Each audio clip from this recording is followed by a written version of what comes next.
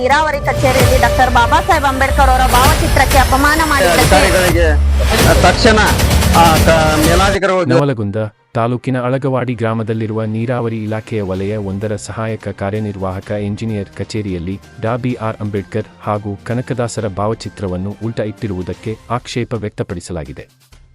ಈ ಕಚೇರಿಯಲ್ಲಿ ವಾರಕ್ಕೊಮ್ಮೆ ಭೇಟಿ ನೀಡುವ ಸಹಾಯಕ ಕಾರ್ಯನಿರ್ವಾಹಕ ಅಧಿಕಾರಿ ಸೇರಿದಂತೆ 2 ಸಿಬ್ಬಂದಿ ಇದ್ದಾರೆ.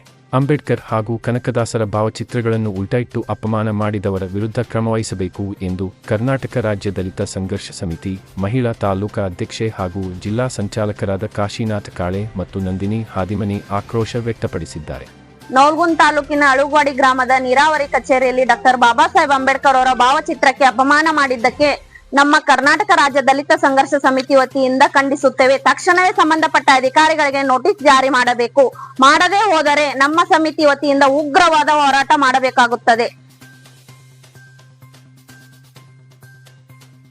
ಬಾಬಾ ಸಾಹೇಬ್ ಅಂಬೇಡ್ಕರ್ ಅವರ ಫೋಟೋವನ್ನು ಉಲ್ಟಾ ಇಟ್ಟು ಆ ಬಾಬಾ ಸಾಹೇಬ್ ಅಂಬೇಡ್ಕರ್ ಮೂರ್ತಿಗೆ ಅಪಮಾನ ಮಾಡಿದಂತ ಇಲಾಖೆ ಅಧಿಕಾರಿಗಳಿಗೆ ತಕ್ಷಣ ಮೇಲಾಧಿಕಾರಿಗಳು ಕ್ರಮ ಜರುಗಿಸಬೇಕೆಂದು ತಮ್ಮಲ್ಲಿ ಕೇಳಿಕೊಳ್ಳುತ್ತೇನೆ. ಒಂದು ವೇಳೆ ಈ ವಿಚಾರವಾಗಿ ಅವರು ನಿರ್ಲಕ್ಷ್ಯ ಮಾಡಿದ ಕಾರಣಕ್ಕಾಗಿ ಏನಾದ್ರು ಕಂಡು ಬಂದಲ್ಲಿ ಡಾಕ್ಟರ್ ಬಾಬಾ ಸಾಹೇಬ್ ಅಂಬೇಡ್ಕರ್ ಅನುಯಾಯಿಗಳಾದ ನಾವು ಡಾಕ್ಟರ್ ಬಿ.ಆರ್. ಅಂಬೇಡ್ಕರ್ ದಲಿತ ಸಂಘರ್ಷ ಸಮಿತಿ ವತಿಯಿಂದ ಉಗ್ರವಾದ ಹೋರಾಟವನ್ನು ಕೈಗೊಳ್ಳುತ್ತೇವೆ ಎಂದು ಎಚ್ಚರಿಕೆ ನೀಡುತ್ತೇವೆ.